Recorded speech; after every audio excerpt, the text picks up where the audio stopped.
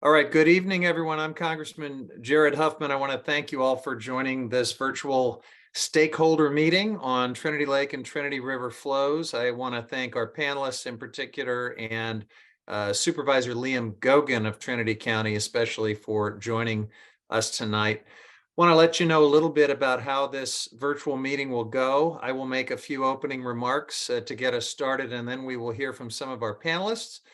We will leave plenty of time to respond to your questions. Some of those questions we have received in advance, and others will be asked during the meeting. If you do have a question, we just ask you to use the Q&A feature in Zoom, and we're going to do our best to answer all of those. I'll probably be leaning on John Driscoll up in my Eureka office to help me sort through a lot of those matters logistically as we go forward. So I call this meeting after receiving a lot of calls and emails to my office about Trinity Lake levels and the ongoing high flows being released down the river. We know we've had 3 years of severe drought, and at the end of the water year last fall, Trinity Lake was still very low. We were all concerned about that. Fortunately, we have had a good wet winter with a strong snowpack. But up in Trinity, it's nothing like what we've seen in the Sierras. It's still positive, though. And a lot of you have been concerned about winter flows that the Bureau of Reclamation has been releasing and about the current fishery flows under the 2000 record of decision for the Trinity River. The snow is just starting to melt.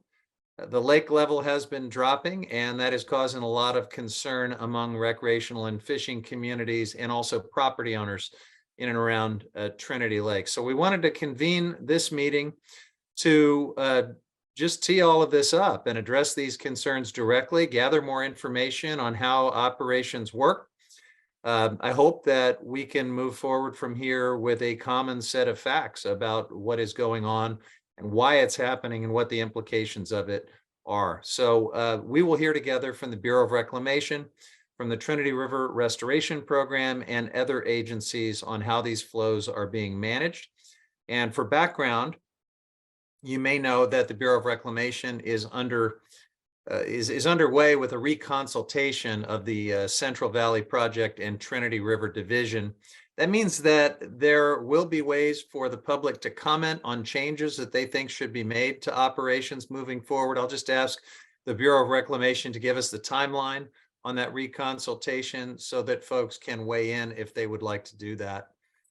And I think with that, we should get started here. With us tonight are members of the Trinity Management Council, some of whom are going to make brief presentations on what's going on with these winter and spring operations on the Trinity River. And we'll begin by hearing some reports from Don Bader with the Bureau of Reclamation, and then Seth Naiman from the National Marine Fisheries Service, and Mike Dixon with the Trinity River Restoration Program.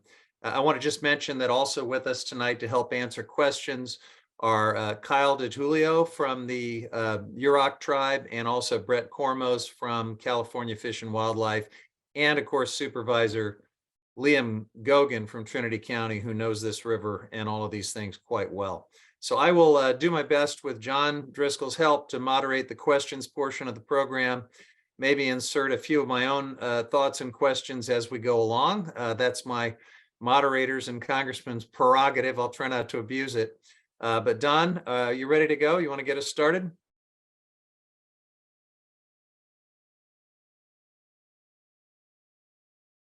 You're on mute there, Don. There you go. You're muted, Don.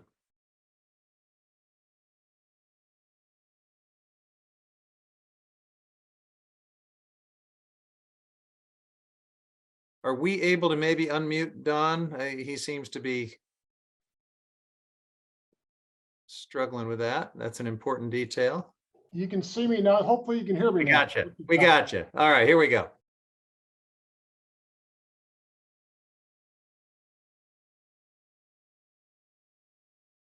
Don, you remuted yourself somehow.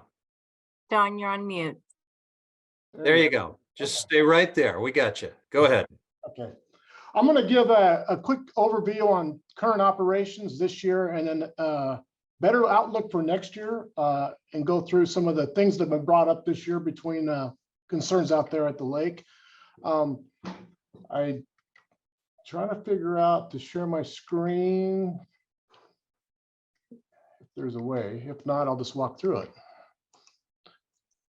Let me just, I'm going to walk through this and I'll talk slow and try to make sense.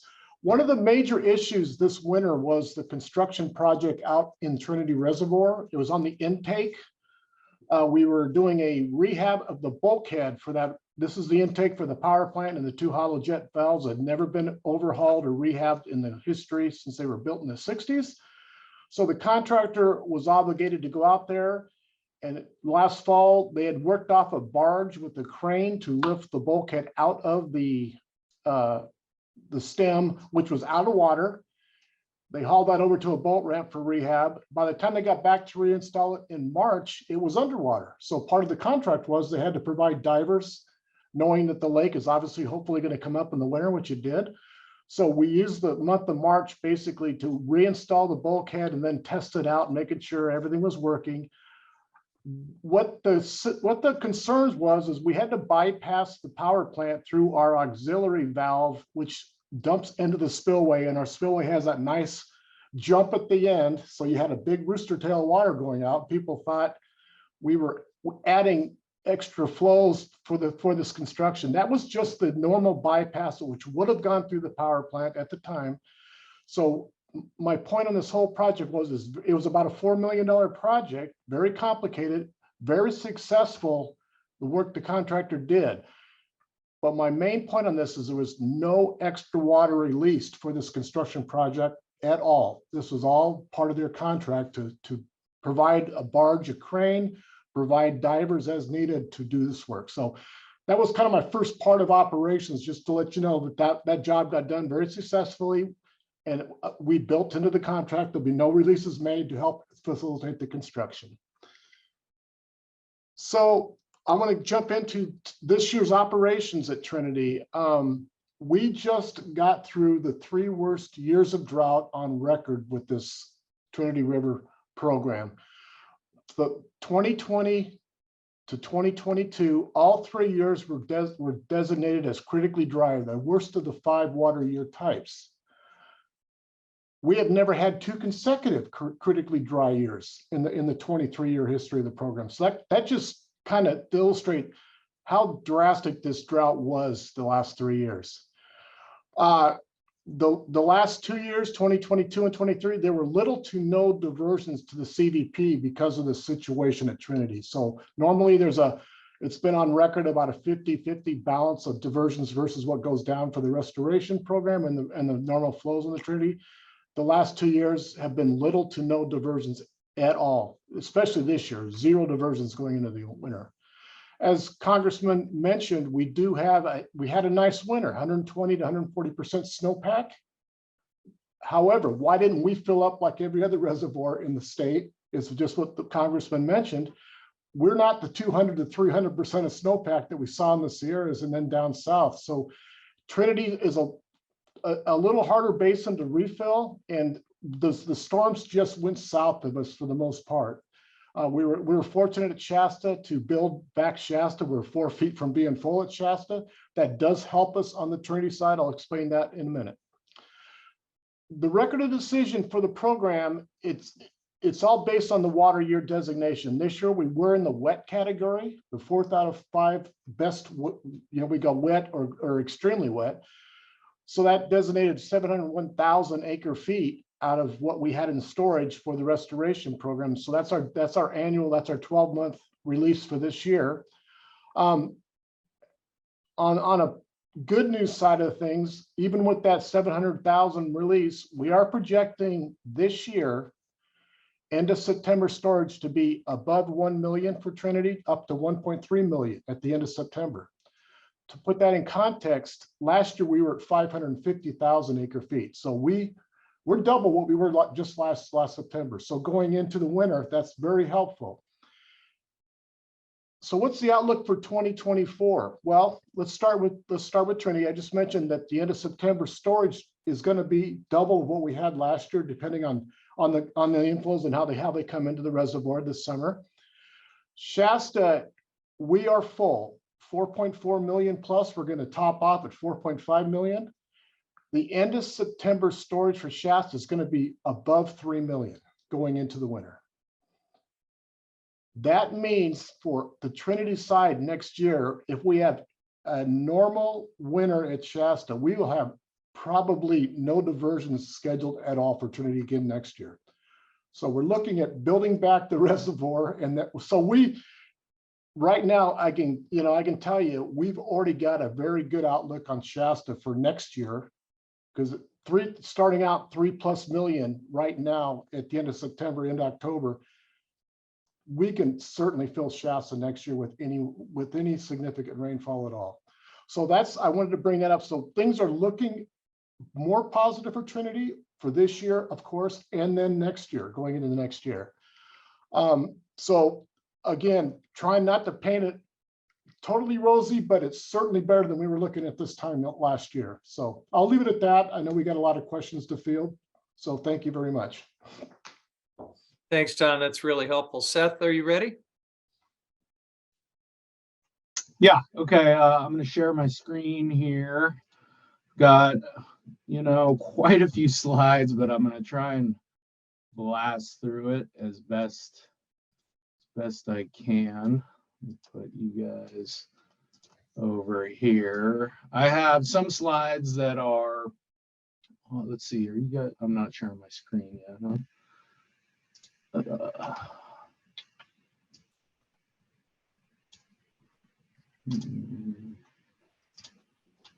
try this. How's that? Can you see my screen? Yeah, looks good. Got a presentation up there? Yep. The correct presentation, hopefully. We have Okay. Got the correct date anyway. It's got the correct date. That's a good start. Okay. Well, thanks for having me here. I've got a few slides on the past year's diversions and river discharges, and then a few slides on the winter flow action and why it's necessary. So thank you, Congressman, for having me, and for members of the public for being here.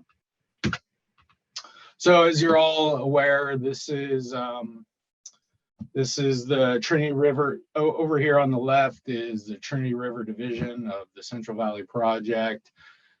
Big thing is you have the river flows going down the Trinity River, and then the car tunnels. There's 2 tunnels, as a lot of you are probably aware, that go over to Whiskeytown Reservoir and divert water from Lewiston Reservoir to Whiskeytown Reservoir and eventually the Sacramento River.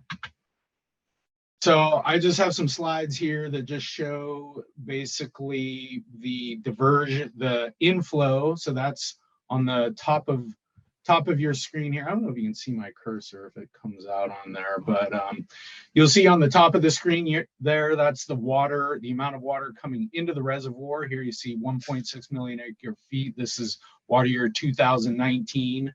And then 702,000 acre feet going to the Trinity River that year, and 426,000 acre feet going to the Sacramento River through the car tunnels that year. That's in 2019.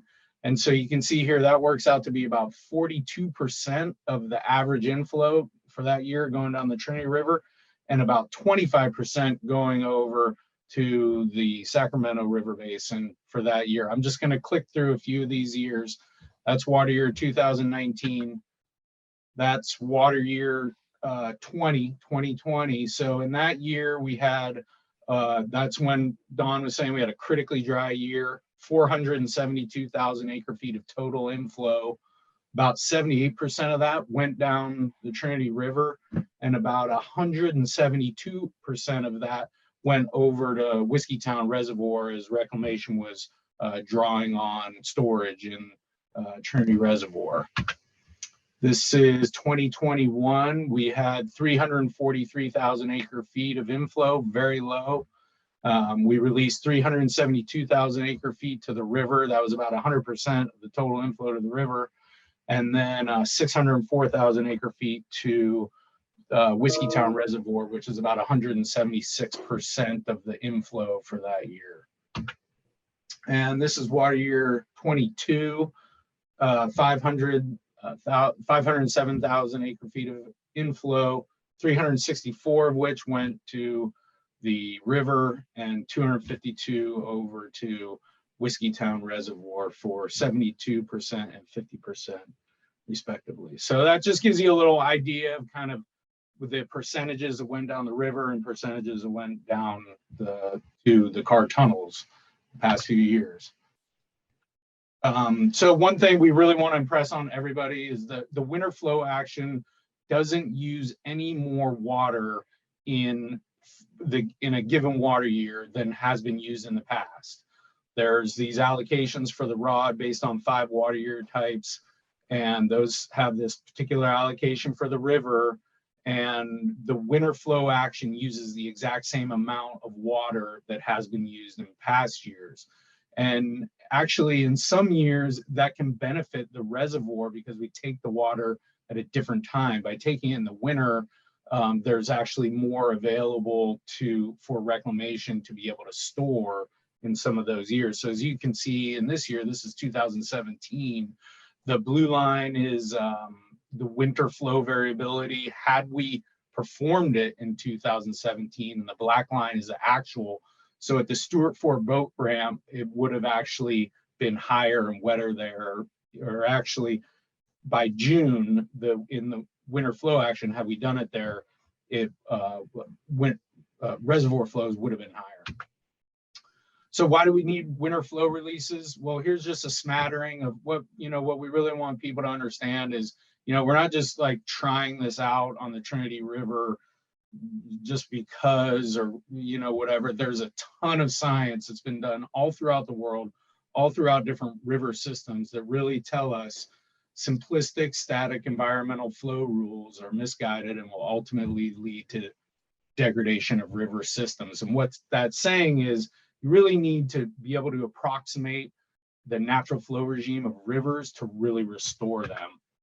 So why do we need flow releases? Well, constant base flows in the winter months are harmful to river systems. That's what all the science behind this tells us. And as you can see here, this is the flow at Lewiston in 2012 versus, is my PowerPoint still playing here? I got something else on my screen. Still going? Okay. Yeah, we got you. And this is the inflow. That's on the right is the inflow to Trinity Reservoir in 2012. And you can see how in years past, we just completely cut off the winter flow part of it. And that's what we found to be harmful to river systems. Why do we need the winter flow releases? Well, this is Deadwood Creek right here, which a lot of you are familiar with. I was just up there a few months ago, took some of these photographs. Deadwood Creek puked out a bunch of sediment, covered a bunch of reds just downstream from New Lewiston Bridge. And all of the tributaries up and down the river are doing this. And when we don't have high flows in the winter, from the dam, we get high flows from the tributaries. Like this year, they put out a bunch of sediment and it all gets stuck and clogged in the river right where the tributary deltas are, right where they meet the river. And we know as scientists or as people, if you're river people, river guides, that's not good. That's not the way it should be. We need to be transporting that sediment out of there at the right time of year. Why else do we need winter flow releases? Well, we need it to make more habitat for young salmon and steelhead. So on the left axis here, this graph is, these lines they may look familiar to you if you've been tracking the Lewiston flows. We actually developed the flow releases from Lewiston Dam to do very specific things. For example, we're trying to make more habitat. So on the left here is the area that's inundated. So when we raise up flows, the river jumps out of its banks and up onto the floodplains. That's really good for fish, really good for baby salmon. They can get up there. And those peaks, not only does that make more habitat, what that does is it helps roll the rocks a bit and clean off the rocks. And then new, what's called biofilm, that's a slick stuff. That's why we wear felt sole wading boots and we go out in the river. That really helps the really small chironomids, betidae, and those are the insect species that baby salmon really need, because, you know, they can't eat a giant stonefly. They really need the small bugs that colonize the rocks first after they're disturbed. So that's another reason why we need high flows in the winter. And then that lines up the timing with when the fry come out of the river. What's another reason we need winter flow releases? Because what we've learned in the past, in the spring, when we have these huge high flow releases in the spring that run late, that really reduces the temperatures. So what you're looking at here is a graph. These two dashed lines right here are the optimal range for juvenile salmon to grow in. So that's, if the water temperatures were in that range, that's when they'd be growing the fastest and getting the biggest. But as you can see here, right around this May 1st, in the past years first, when we have these huge flow releases in May, that right here reduces these temperatures. That's what these big drops in temperatures are. And that brings the river out of the range of the optimal temperatures to grow salmon big. And so we actually, I have other graphs. I won't show any more here. I know I'm running out of time, but we have shown from our rotary screw trap data that the fish are smaller when we do these big high flow releases in the spring. So that's all I have. And I just want you guys to know, hey, anytime, this is my email right here, copied on my email. Send me a message and I can answer questions for you. Right, that's all I have. Seth, thank you very much. We're going to go to Mike next from the restoration program. Let me stop sharing here. Thanks, Seth. That set the stage pretty well on the science side for why we are shifting our flows earlier in the year this year. Representative Huffman had queued up already that reclamation is in the process of reconsultation under the Endangered Species Act. So what does reconsultation mean? So federal agencies, just like anybody else, are required to comply with the Endangered Species Act. And the mechanism by which we do that is we develop a comprehensive proposed action that gets submitted to the federal agencies that regulate the endangered species of interest. In this case, it's the National Marine Fisheries Service. And they develop for us, in response to what we submit, what's called a biological opinion. The Trinity River Division of the Central Valley Project is currently operating under a biological opinion that was issued in 2000 based upon the proposed changes to Trinity River Division operations that resulted from the 1999 Trinity River Flow Evaluation Study. Anybody who follows anything in the world, but certainly anybody who follows science, knows that a lot has changed in the last 24 years. And also we have additional listed species to consider that were not covered by the BIOP from 2000. And so in late 2021, the process got rolling that reclamation was going to reconsult on the operation of the entire Central Valley project. When it was noticed in the Federal Register, they explicitly stated they were including reconsultation on the Trinity River Division because of the changes in the science and the species since our last BIOP on what we call the TRD. Shortly after it was noticed in the Federal Register, the Yurok and Hoopa Valley tribes jointly reached out to the Bureau of Reclamation and asked and were offered by the acting commissioner of the Bureau of Reclamation the opportunity to serve as co-leads in the reconsultation environmental compliance work. So I say environmental compliance. So not only is there an Endangered Species Act component, but any major federal action is also subject to the National Environmental Policy Act. So there's also an environmental impact statement being developed. And what that does is basically redevelop a range of alternatives that will include how to operate the Trinity River Division. And once we have settled on what the preferred alternative is, that becomes the proposed action that gets submitted to the National Marine Fisheries Service for this ESA consultation. And so we've been working since late last spring with our tribal co-leads to identify what do we think are the key facets of TRD operations, which we need to consider in this reconsultation effort. And since that time, we've done a lot of one-on-one outreach with additional agencies that have interests in the basin, including but not limited to the agencies that participate on the Trinity Management Council. And then late last fall, we had what we called an interested parties meeting, where we took some of those concepts and brought it out to a broader audience that included environmental nonprofits and water users and power users, as well as all of these various agencies, to brainstorm a little bit more and kind of glean whatever ideas we might have missed. And that was followed up by an additional interested parties meeting in February. And so now we feel like we've sort of explored the decision space for what we should consider as alternatives and what may be components of a proposed action. And we're coming up shortly on May 12th with the last of the Trinity-centric interested parties meetings, where we'll present conceptually what the various alternatives might look like and what the components of those alternatives might be.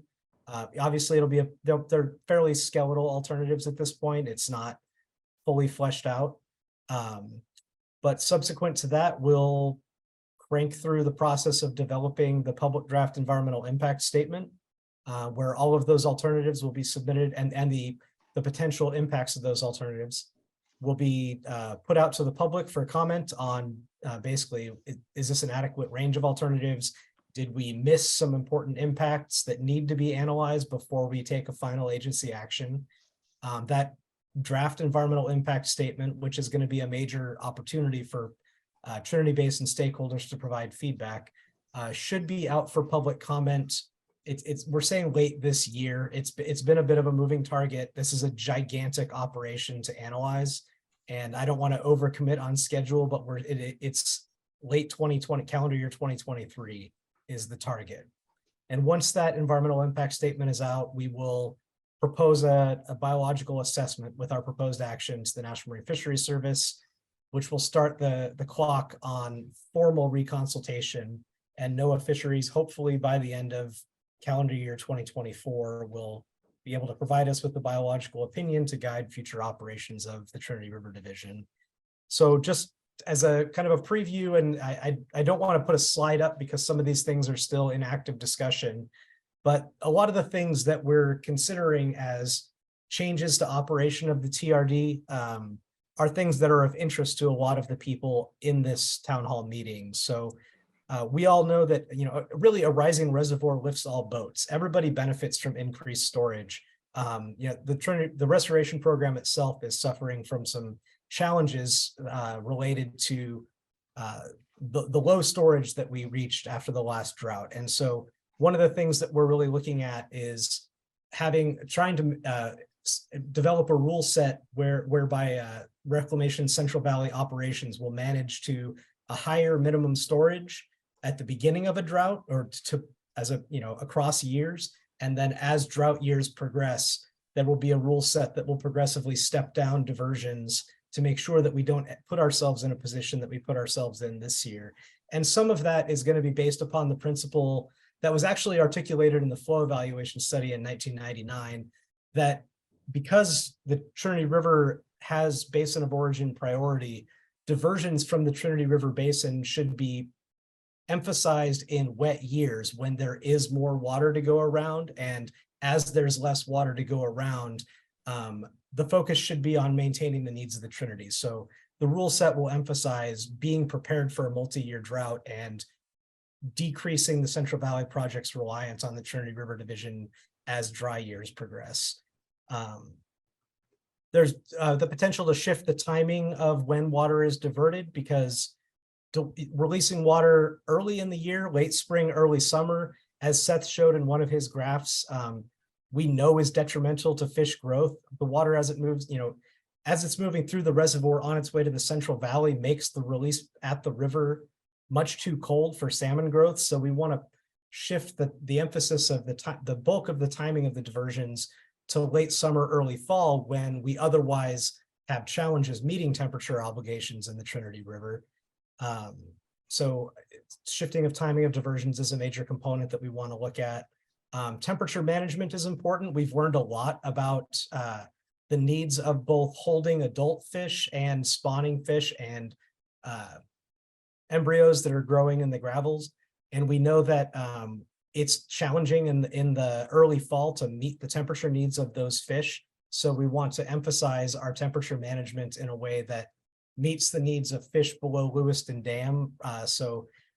Trying to manage towards temperature targets that are closer to the areas that fish are spawning instead of 20 plus miles downstream of the dam is a priority. And then we know, as Seth presented, and he, believe me, that was the most abbreviated winter flow presentation I've ever seen. There's a lot of empirical data and modeling data and literature supporting the need to shift water earlier in the year. So shifting the timing of releases to the Trinity River is also likely to be a component of this going forward. And how we do that, we're still fleshing out.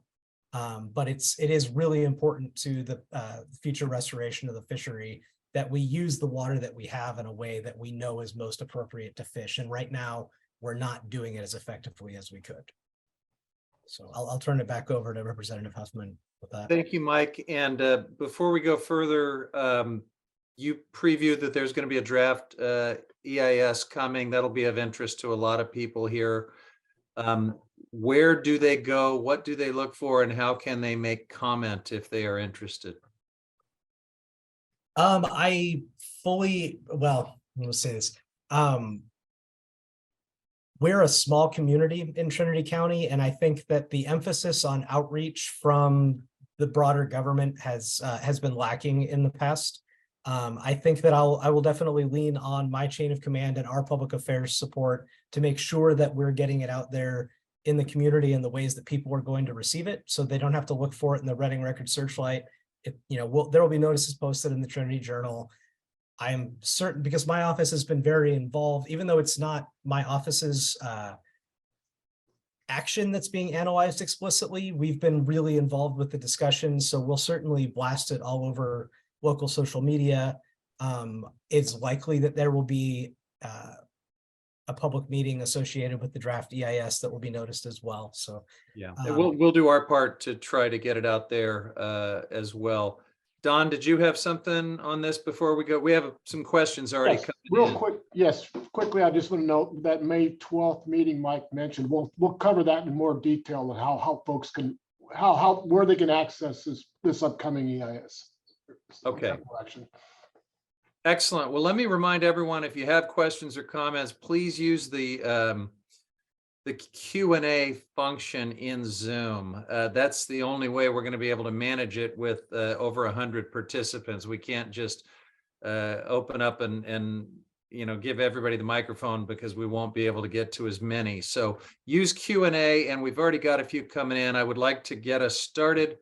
The first one I have is as follows. I'll just read it. It seems like this release is very excessive. Why does it have to be so much water? Can't we release less now and save some for later when the river needs to be cooled down? And why isn't the reason for the release posted along with the schedule so that the public can understand what's going on? This comes from Brianna. Who wants to tackle that?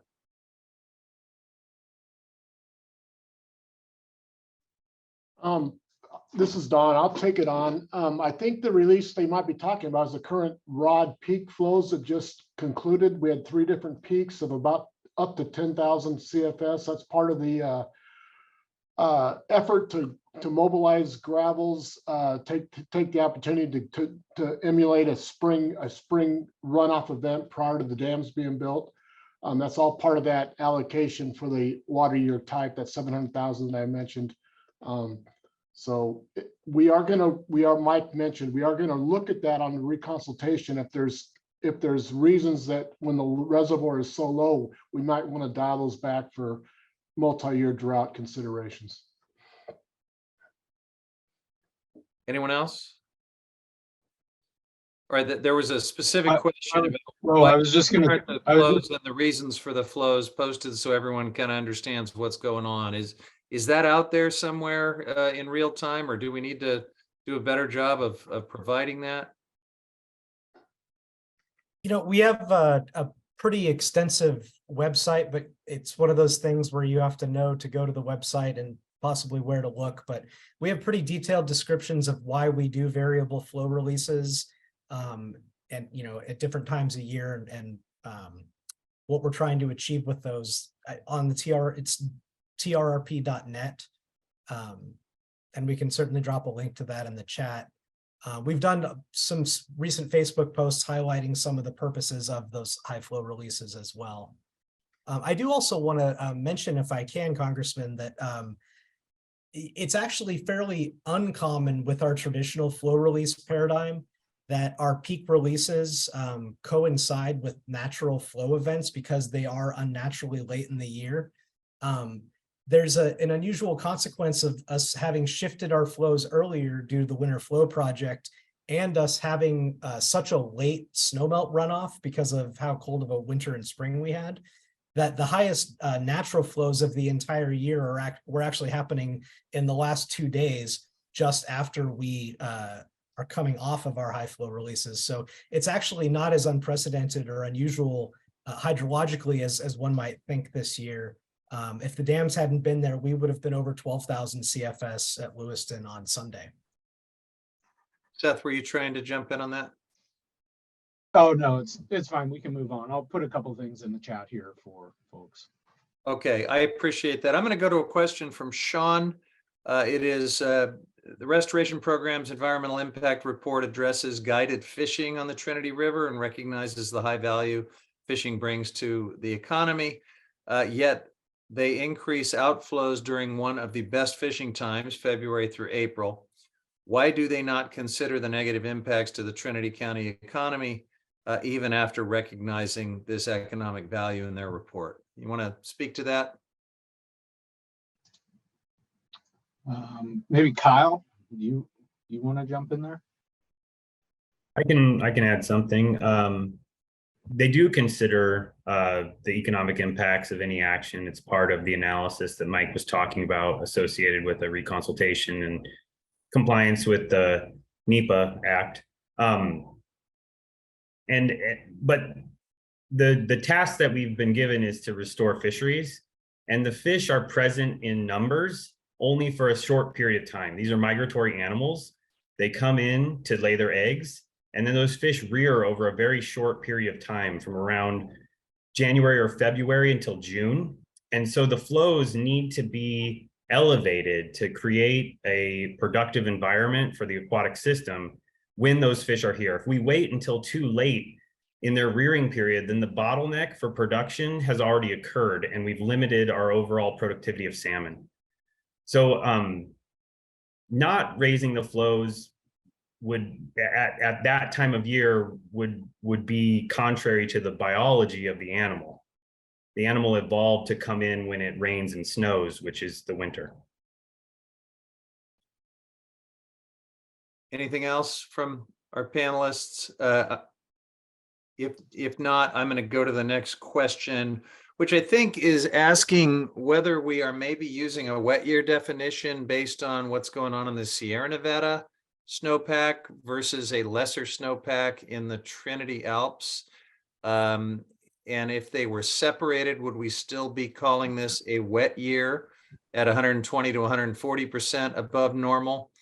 Or is there a need to separate out? Can somebody clarify the assumptions we're operating under there? Yeah, Mike. Yeah, so we use what's called the Bulletin 120 forecast that's promulgated by the State Department of Water Resources. That's what sets our water year type.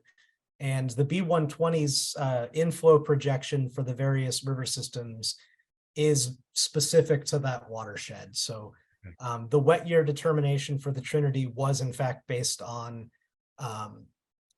estimates from snow survey locations in the Trinity River, upper Trinity River watershed, and it's about 120% of normal. It's enough to push us across the threshold between a normal and a wet year, but it's nowhere near the extreme precipitation we saw in Central and Southern California. Okay, so a related question kind of now goes back to storage levels in Trinity Lake on the same point, that they have not even passed 38% capacity. Now back down to 36 with the releases. How can this constitute a wet year given these very low storage levels? Yeah, and Congressman, it's a product of the fact that our water year designation is driven solely by inflow. So The Department of Water Resources on April 1st projected 1.62 million acre feet of inflow, which puts us into that water year category for a wet year, which is 701,000 acre feet for the whole year. But that designation is independent of storage. And one of the things that's a challenge with Trinity is that Trinity has, and I think Don alluded to this, one of the lowest refill, or probably the lowest refill potential of any major reservoir in the state of California. So if you were to look at an average year's inflow, you could fill Shasta Lake in 10 months worth of average inflow. Folsom Lake, you can fill in 4.4 months worth of average inflow. It takes 22 months of average inflow to fill Trinity. And it's because it's basically a really big bathtub with a really small faucet. We have a very small watershed area relative to the capacity of the reservoir, which is all the more reason for us to focus on using Trinity for the purposes of the Central Valley when times are flush, and recognizing that if times get harsh, it's going to be really hard to recover from that. And that's why we're moving this direction that we're talking about in the reconsultation.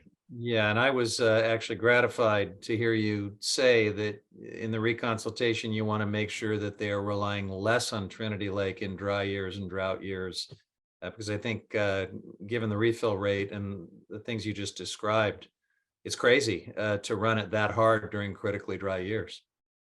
So thank you for that. A related question is about Whiskeytown, recreational needs in Whiskeytown. Are they balanced against the recreational needs of Trinity Lake and the river? Whiskeytown, Congressman, this is Don. I'll answer that. We pull it down 10 feet for the winter months. That's roughly 30,000 acre feet of total storage. And then this year, we've been able to refill Whiskeytown with just the natural Clear Creek inflows without using Trinity diversions. So we have looked at options on Whiskeytown, filling it later in the year when it would benefit the Trinity River, moving water through Lewiston. That's when, we get into July and August. That's when it gets critical for temperature management on the Trinity. But this year, we had the benefit of just using natural inflows, so there's no diversions out of Trinity to fill Whiskeytown. Okay. There's another question that is, again, going back to the fact that Trinity Lake seems to be so much lower in its storage level than every other major lake in California. And Mike, I think you answered that already by talking about the very unique inflow characteristics of the watershed. But unless somebody wants to add to that, I'm going to move on to the next question. I'd like to add something unique. Yeah. Please come. So the Trinity River or the Trinity Reservoir actually is scheduled to peak in July. Most all other reservoirs in the state peak in May or in April or May. So the nature, the high elevation of Trinity Lake also makes it different than all the other reservoirs. So we will still be accumulating storage when most of the other reservoirs are going down. All right, so there's a difference both in the the scope of the runoff and the timing of the runoff because of the high elevation is what you're saying. That's correct. So we expect a peak in July as opposed to Shasta or other reservoirs that'll peak in April or May. Okay, I'm going to go to a question from Miranda in Douglas City. Record of decision that dictated this year's water release is over 20 years old. Is there a revision in process to incorporate findings and variances in weather regimes due to climate change that have occurred in the last 2 decades? I think the reconsultation process some of you have been talking about is responsive to this question. Somebody want to elaborate? Sure. I mean, I can. The answer is yes. When reclamation does a new environmental impact statement and issues a new biological assessment that the National Marine Fisheries Service will analyze, and then we will issue a biological opinion. In all of those processes, there will undoubtedly be new data, climate change patterns and models will be analyzed, and all of those things will be put together, and that information will all be updated, because as the person pointed out, it's pretty outdated. Anyone else? I have another question if you don't want to add to that, and it's from Terry. Again, back to lake levels. I think the question is, do you consider lake levels when you determine releases both to the river and to the Central Valley project, Trinity Lake levels? Yes, Congressman, this is Don. I'll answer that. That is considered as we put together the operational plan for the Sacramento CVP, Central Valley Project. They look at both reservoirs, how much can be diverted without impacting Trinity, we hope. This year, they obviously knew there was no help from Trinity, so they counted on no diversions. And early in this winter, Shasta was looking pretty dire going into a 4th year of drought with the weather patterns we were having. So they do look at that. Trinity is a different rule set because it's strictly the inflows dictate the water year, which dictates the volume that goes down the river. And so that's why we're kind of wanting to look at that in reconsultation to say, we've seen multi-year droughts and we've seen the impact they have on Trinity because of the lack of refill potential. So we are going to look at that better, because I think this 23-year-old rod is outdated for the lack of a consideration of current Trinity storage. So this is a perfect example of a year. Maybe we should have shaved some of that rod volume back and put it in the reservoir instead. And from what I'm hearing from several of you, is it fair to say that this reconsultation process should result in improved Trinity Lake levels in dry years? Because I think that's where a lot of these questions are coming from. The lake levels just got very, very low. And to put in perspective, this year, the inflow, the B120 that Mike alluded to, the 1.6 million acre feet, that is more than the previous 3 years we had for Trinity. So it just alludes to the fact that Trinity, we've got to be real careful that we can get in these multi-drought years and really be impacted more than these other reservoirs are. So yes, we are looking at that. Kyle, were you trying to jump in on that? Yeah, I just wanted to add, it's about not getting into the situation. We ended up leaning on Trinity pretty hard during previous drought years. And so rather than only considering shaving water off to release to the river, we need to consider multi-year planning so we don't end up in that situation. And that's what we hope to achieve, I believe. Okay. So let me go to a question from Mike.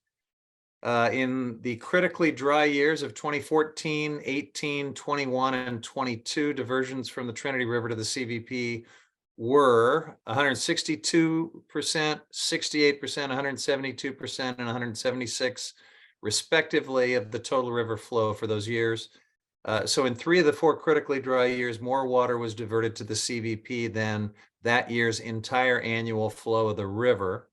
This led to extremely low storage in Trinity Lake and exceedances of mandated temperature in the Trinity River under regional board orders. How will the Bureau reconcile and resolve this going forward?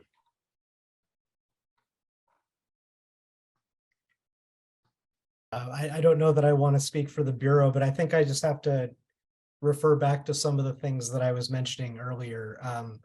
The initial paradigm we've actually kept really closely with management of the Trinity River to the just slightly less than 50% of the water going to the river and just over 50% going to the Central Valley. But the management criteria by which we've achieved that are sort of on their head of what was envisioned. And so it was the idea was always that more water would be available for the diversion to the Central Valley in wet years, and that far less water. Like, I think if you look in the flow evaluation study, diversions to the Central Valley in critically dry years should average like 30-some% of inflow. And so what we're trying to do is go back to what was initially envisioned and lean on Trinity in flush years and conserve storage in these other reservoirs to some extent during those flush years, because they're better able to recover from drought than we are. And I almost feel like I'm beating a dead horse with that, but I think it's a really important concept that we've learned that we can't just accept that just because we've never had a drought of that severity doesn't mean we shouldn't be planning for it. The 2 worst droughts in the history of California have happened in the last 10 years. Don, on behalf of the Bureau, do you want to speak to this? It does seem, I mean, I'd be asking the same question. In a dry or a critically dry year, when you've got more than 100% of the inflow to the entire river diverted to the Central Valley Project, is that a scenario that we are going to attempt to avoid going forward? The answer is yes. Very much so. There's a question from Tom. How do flows in Clear Creek downstream of Whiskeytown affect Trinity diversions through the Clear Creek Tunnel? I can answer that, Congressman. Clear Creek flows, there are some biological requirements, RPAs that we are doing some pulse flows down Clear Creek. It's a very successful trib to the Sacramento, probably the most successful trib on the entire Sacramento, Upper Sac. So those flows in dry years, there's a rule set that, yeah, we would have to use a little bit of Trinity water to meet those. This year, we're doing all those with natural inflows on Clear Creek, the Clear Creek drainage. So no, there's no need for the Trinity diversions to help supplement those. But those are biops that we do need to try to meet. So there's a group that does consider every option for those. Okay, can I use my prerogative to ask a question here? I know that management of cold water for winter run in the Sacramento River is a big deal with that species really on the brink of extinction. And we have run out of cold water too many times in recent years in Shasta. I am told that Trinity to some extent serves as a bit of a cold water backstop. What is the status of winter run and cold water right now for the foreseeable future? And are we doing anything different to try to avoid the situation where Trinity is the cold water backstop for 2 different river systems? Typically, it is the cold water backstop, but when storage is as low as it's been in Trinity, that water is not as cold as it needs to be to help supplement the Sac side. So last year, the 2022 water year, the first priority is obviously ESA coverage, and we could not meet our temperature needs by having the minimum agricultural allocations of 75% for these are the big rice farmers. These are the ones that take all the water from Shasta. They were cut to 18% last year, unheard of in the history of the program. So that's the extreme steps that we have to take. And so we want to get away from that. We can't rely on Trinity like we thought we could in the old days, where Trinity was always there to help supplement the cold water pool.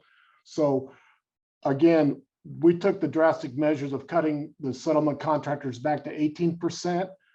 Part of the reconsultation on the Sacramento side is a multi-year effort to like Kyle was mentioning, avoid getting into these situations where we got low storage. We have to get ahead of that. So we're doing the same thing on the Sacramento side, Congressman.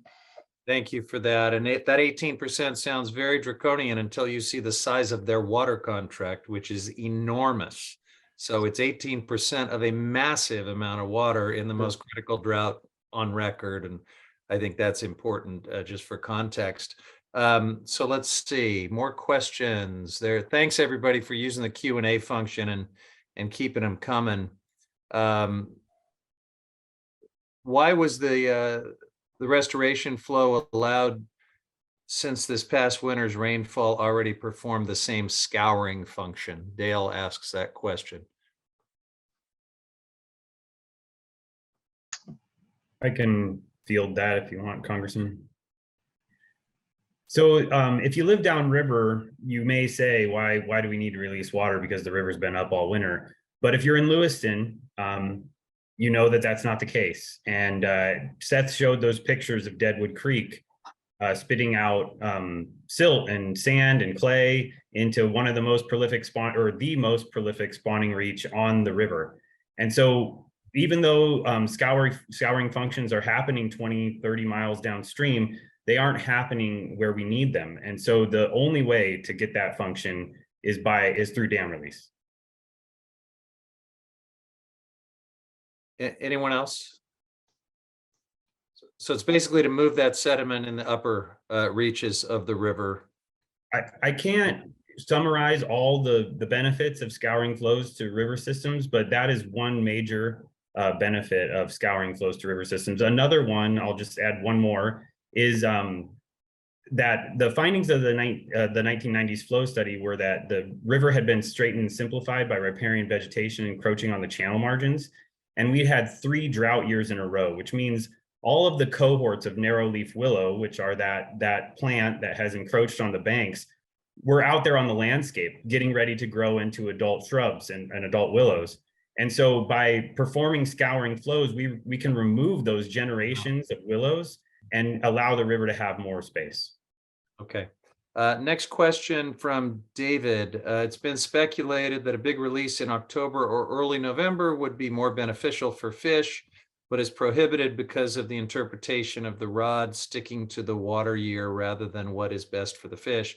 Is there a way to be more flexible with water management so that it is not limited by water year, such as the Klamath River's environmental water account procedure?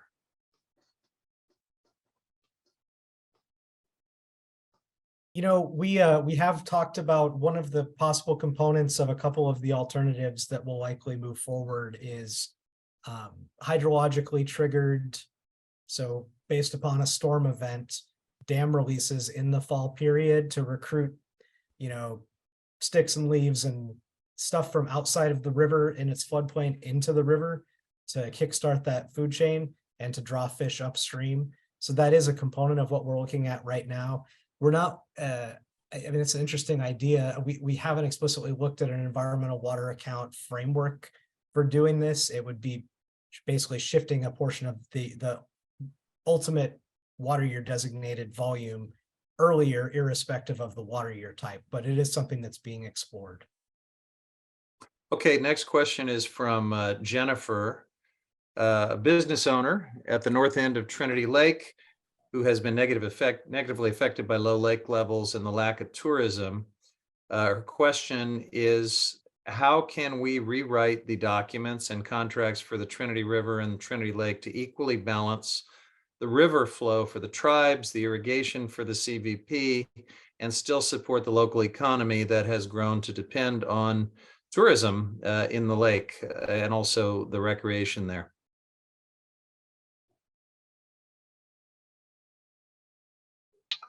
Well, I can take a stab at that, but I mean, I think the big thing is for the public to be able to comment on the drafts of the environmental impact statement that Reclamation will produce, to submit those, be involved in the public process, submit those comments, work with, you know, Congressman Huffman's office if there are other concerns, but certainly, you know, the way what we've discussed is there's a need for re-examining of how much water is stored in the reservoir, how much is diverted, and all of those, and the individual asked about rewriting those documents. Those documents are essentially being rewritten this year, and so there will be, you know, I'm sure the restoration program and others will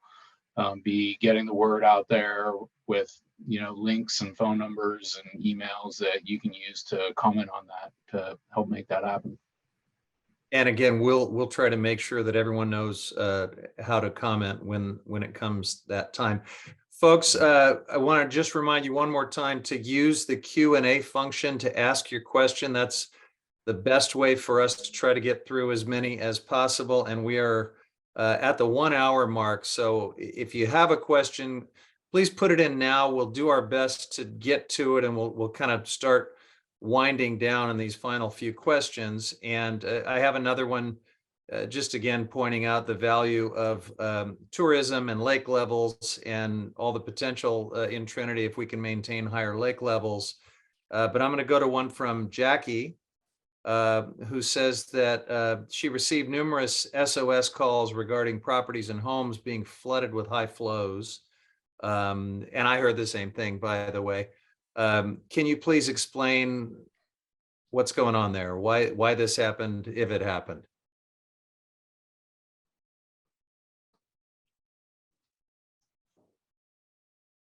Don, do you want to? Sure, I'll start. I'm assuming that was these 3 peak flows that we just recently concluded on the restoration schedule. We have a safe channel capacity has been designated as 11,000 CFS. We only got to about 10.5 because of the low level. We couldn't push enough water out of the reservoir. I said, that's fine. We don't need to try any, we didn't have the capacity out of the lake.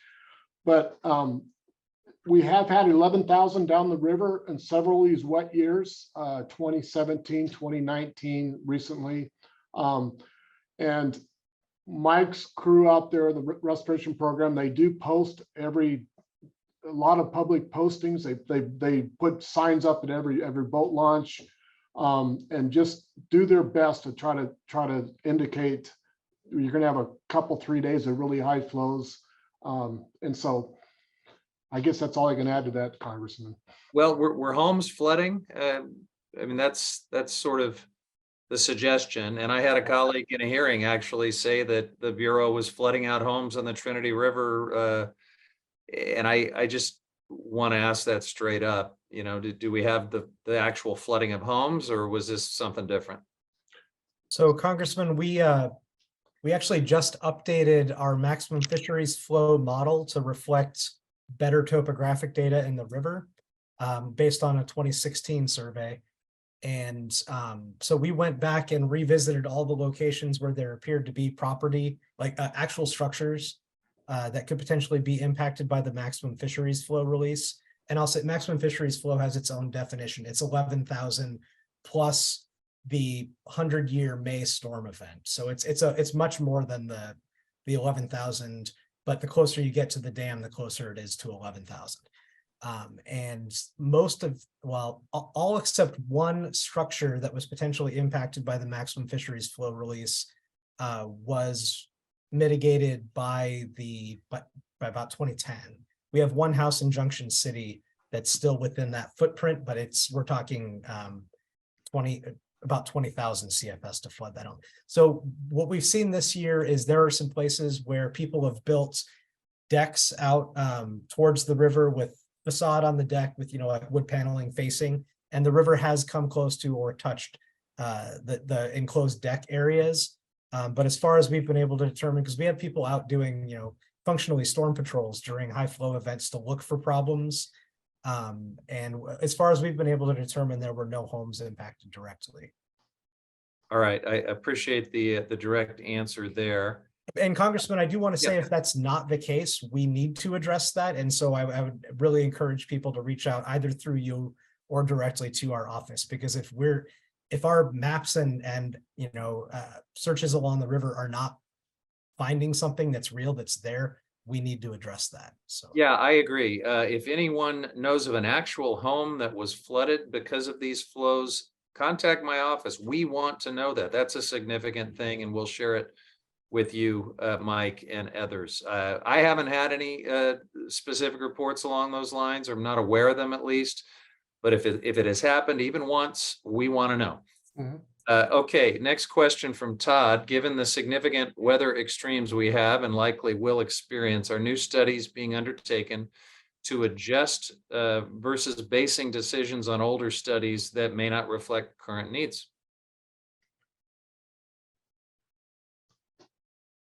I can take a stab at that.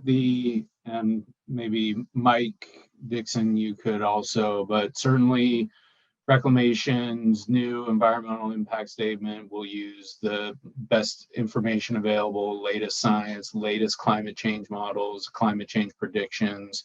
I know it's very important to me that the National Marine Fisheries Service analyze the projected future climate and projected future temperatures, not just relying on past records, because as the individual points out, you know, what's happened in the past isn't necessarily indicative of what's going to happen in the future. So I know in terms of our analysis for the National Marine Fisheries Service, we will definitely be checking to make sure Reclamation has included that information in their biological assessment, which I'm almost certain they will, because I've seen some of their products in the past, and those are taken into account. So we will be updating that information. Anyone else on just sort of the incorporation of the latest and greatest science in these studies and consultations? Kyle, are you? We're constantly doing new science. We're looking at the flows, the temperatures, and everything we can relative to fish. We have new studies out today that are working on invertebrate colonization after these scouring flow events and things of that nature. We've done studies about fish growth in recent years, and we're doing studies about pool stratification and the temperature needs of fish in the summer months for holding. So we're constantly trying to do new science and refine our techniques. And incorporate just the specific question, incorporating weather extremes, that'll be part of the adaptive management going forward? Yeah, I believe so. And one other thing I want to mention about that is that the people have mentioned that it's getting drier, and that would have resulted in lower flow releases, but that's not exactly true, because our flows are already tied to precipitation. So if it's getting drier, we'll be in more critically dry years, as we have been recently, releasing less water. All right, the last written question we have is starting around June 1. This is from Tom. Starting around June 1, Trinity River diversions to the Sac River through the Spring Creek Tunnel are almost always much warmer than Shasta Dam releases. Bottom line is the Trinity River water actually harms Sacramento, Winter Run, Chinook during the hottest months. Anybody disagree with that? Now, it's certainly the case that in some years, the Trinity water, in a lot of years, is not really necessarily used for cooling the Sacramento or cooling. It's more of a water allocation issue. And really the only way that Trinity is used to cool the Sacramento is by having these, you know, high diversion rates from the Trinity, which thereby help keep Shasta Reservoir fuller. And then if Shasta Reservoir is fuller, the water released from Shasta Reservoir can be colder. But in general, it's true, the Trinity water coming into the Sacramento isn't necessarily really colder than the Sacramento itself. Appreciate that clarification. So we're at the end of the written comments. I see Mike Orcutt from the Hoopa Valley Tribe, though, has been desperately trying to get in here, and I've been looking for him on the written questions, but I actually see him right now on the Zoom. And so, Mike, let me give you the benefit of the final question before we have to wrap it up. If you could briefly state that. Okay. We'll get to it. Hopefully you can hear me. I've been having some technical difficulties lately. Great. Thank you. I appreciate the opportunity. I'd like to point out a couple of clarification points, if I could, because I think in the run up to this, we had talked about making sure that we presented the correct facts. And I wanted to back up a little bit on the winter flow variability. And it is worth noting, because it is an open matter before a federal court, that there has not been NEPA done on the winter flow variability. And that was kind of glossed over a little bit, but it is pretty clear that that is the case. And in the cases and instances in the past, why we haven't been able to use the water in the winter months has been because of a long-standing reclamation position that has never been clarified in writing. And I know Mr. Huffman, we reached out to you, and I believe you talked to Camille Tootin about some of this stuff. But there, to this day, we have not seen a retraction or a analysis or anything of that nature as far as that goes. And the two bigger things I want to hit on is I think we should also note the record of decision of 2000 was required by a statute and show any modification changes or I think we should just be real honest here. A lot of the information and what was in that original record of decision won't necessarily be a vetting process through the EIS. I'm hopeful it is, and to the degree it is able to be, I'm hopeful that we can, as a co-lead, promote some of that stuff.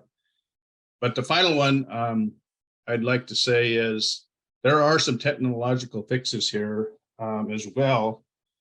And I'm not sure it's going to fit into the reconsultation, but I think it is worth noting this whole, the reclamation report on winter fire variability says something to the effect that biologists don't normally say cold water is bad, but in fact, there's some of that in there. And there's certainly in the forums I've been participant in, that's a statement that's pretty regularly made. But one of the fixes there, though, is the infrastructure there. And I know Congressman, when he floated the river probably 3 years ago, I think there was a thorough discussion about that. And I think it still exists that there are some technological, similar to what they done on the Shasta with the temperature control device over there that can be implemented here.